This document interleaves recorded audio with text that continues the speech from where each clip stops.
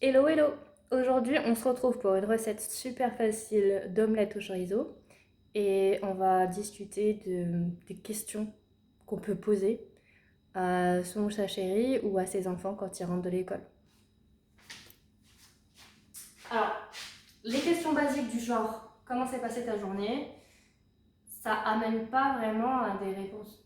Généralement, les enfants par exemple peuvent faire bien ou pas bien, mais j'arrive pas à développer. Alors que si par exemple vous leur demandez quel est le moment qui t'a fait le plus rire dans la journée, euh, avec qui as-tu mangé à midi, ou qu'est-ce qui t'a le plus embêté aujourd'hui, euh, quelle est l'activité que tu as préférée, des choses comme ça, et bien ce sera beaucoup plus intéressant pour développer des phrases et la personne pourra parler d'autres sujets que celui qui avait été posé au départ. Du coup, on va casser 3 œufs qui ont été préalablement lavés. Pensez toujours à laver vos œufs avant. Hop, moi, je mets 3 œufs parce que je suis toute seule. Tac. Et ce qui est important aussi, c'est de pouvoir à la fois dire du positif et du négatif. Pas de ressortir tout le négatif de suite, en fait, si jamais la journée s'est mal passée. Par exemple, c'est de répartir, au lieu de passer 20 minutes sur un sujet, justement les collègues de travail, un problème, c'est au final de parler pendant 10 minutes de ce sujet-là, mais tout de suite de passer d'embrayer sur autre chose, en fait de parler d'un sujet qui était beaucoup plus positif. Euh,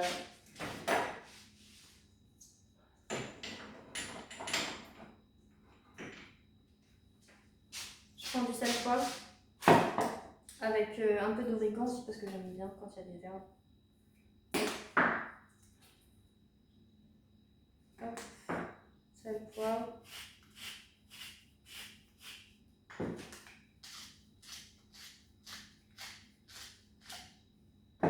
Tac tac.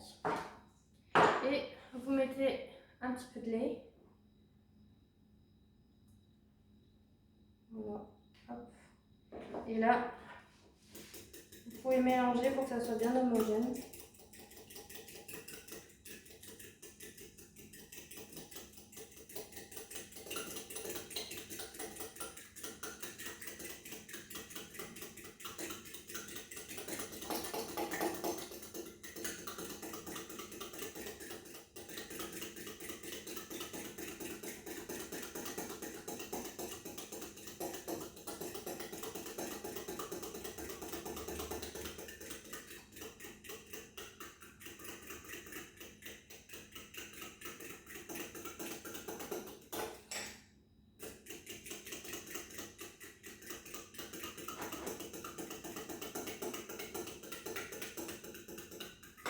Hop. Je vais vous rapprocher un peu. Je vous ai déplacé vers la cuisinière. Du coup, une petite poêle bien adaptée à la taille de l'omelette que vous voulez faire. J'ai découpé des petits bouts de chorizo. Et là, j'ai ma petite préparation d'œuf qui m'attend. Donc là, l'idée, c'est... On va allumer le gaz déjà. On va attendre que la poêle chauffe un petit peu. Vous pouvez rajouter, si vous voulez, un peu d'huile dans le fond de la petite poêle pour éviter que ça colle.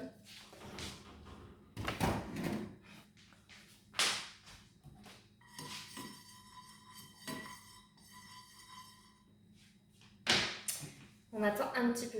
Alors, du coup, qu'est-ce que je disais que c'était vraiment important d'avoir un moment de temps d'échange, que ce soit avec son sa chérie ou avec ses enfants, justement, d'avoir ce moment de qualité où on va poser voilà, des questions, mais sans que ça soit un interrogatoire. C'est quelque chose de fluide. Généralement, ça peut être à l'heure du goûter ou justement ou à l'heure où la personne rentre du travail, donc ça peut être tard, et au moment de préparer le dîner, juste avant de préparer le dîner, pour que ce soit un moment sympa, genre un apéro, se poser devant sur la table ou sur le canapé, à regarder devant la télé, en train voilà, de pouvoir souffler.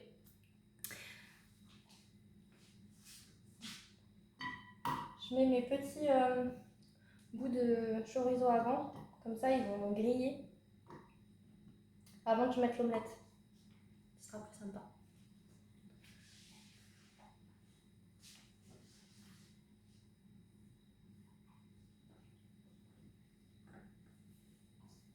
Ça va commencer à crépiter.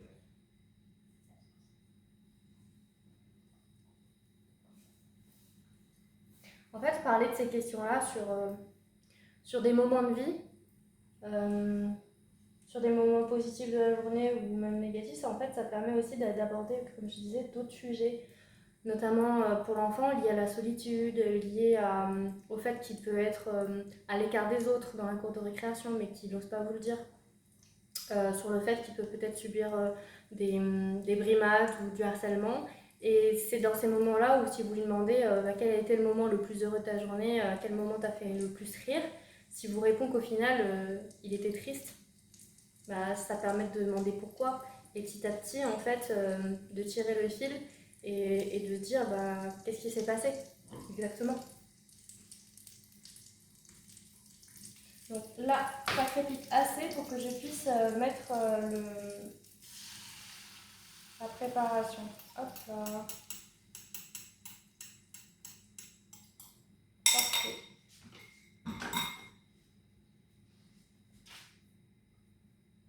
C'est joli.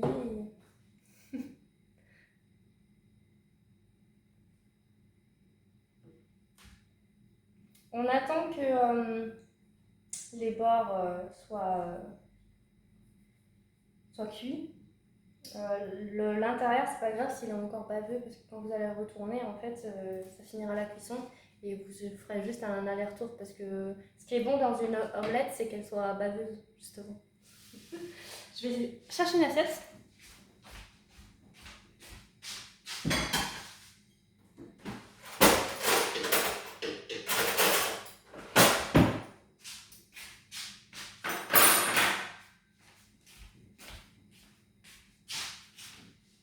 Ça, je pourrai la poser après.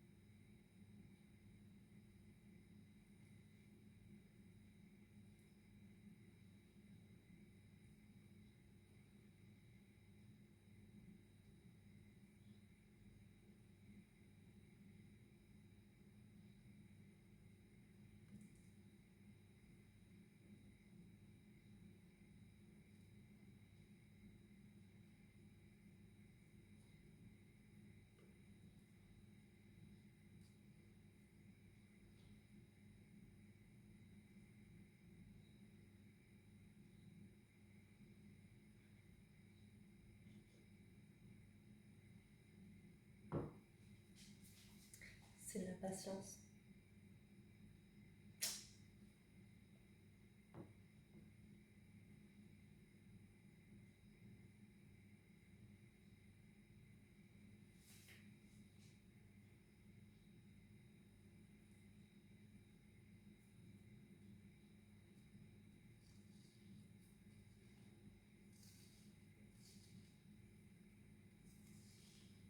On commence à être pas mal là.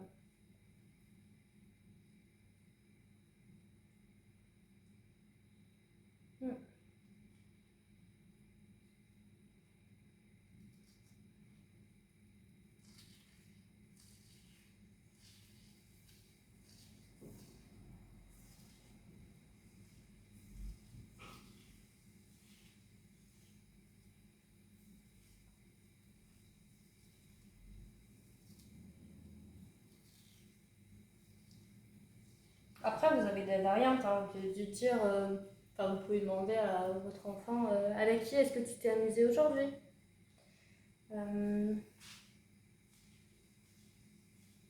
Qu'est-ce que tu as aimé Est-ce que tu as appris une chanson?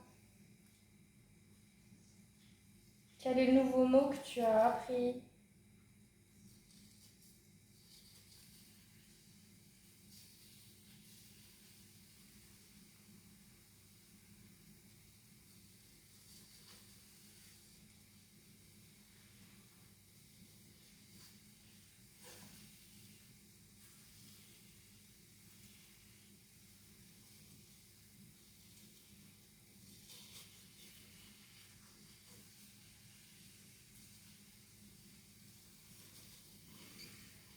Alors, pour retourner votre omelette, vous avez le choix entre prendre une assiette, la poser contre votre poêle et la retourner et ensuite la faire glisser.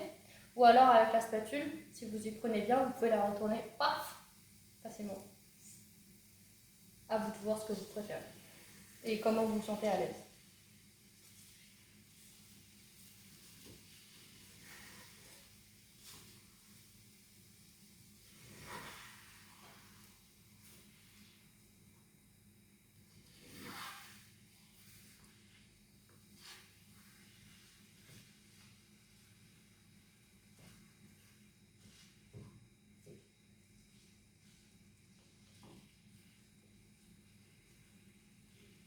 Généralement, quand je fais, si j'ai une poêle qui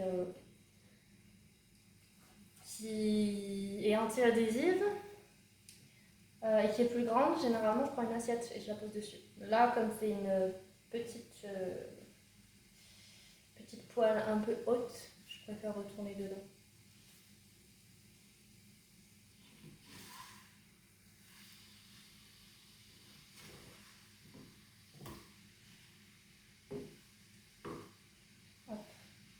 Et l'astuce, c'est d'arrêter le feu avant pour éviter que ça brûle et que le côté un peu baveux puisse rester.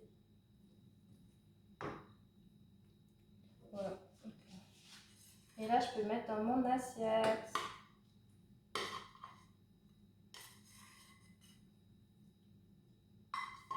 Alors forcément, c'est pas aussi beau que ce que fait Philippe Etchebest quand il fait sa super omelette dans sa poêle où il est en train de touiller ses œufs dans sa poêle directement.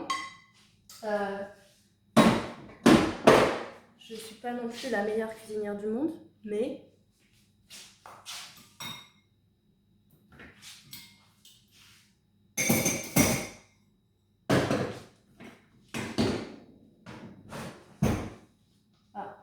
c'est parce que le lave-vaisselle est vide.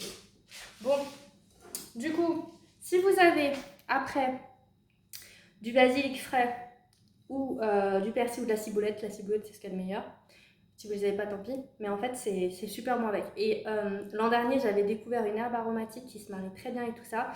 C'est le livèche. Ça ressemble à des feuilles de persil. Mais qu'est-ce que c'est bon? C'est ce que je vous avais dit, ça a le goût de magie.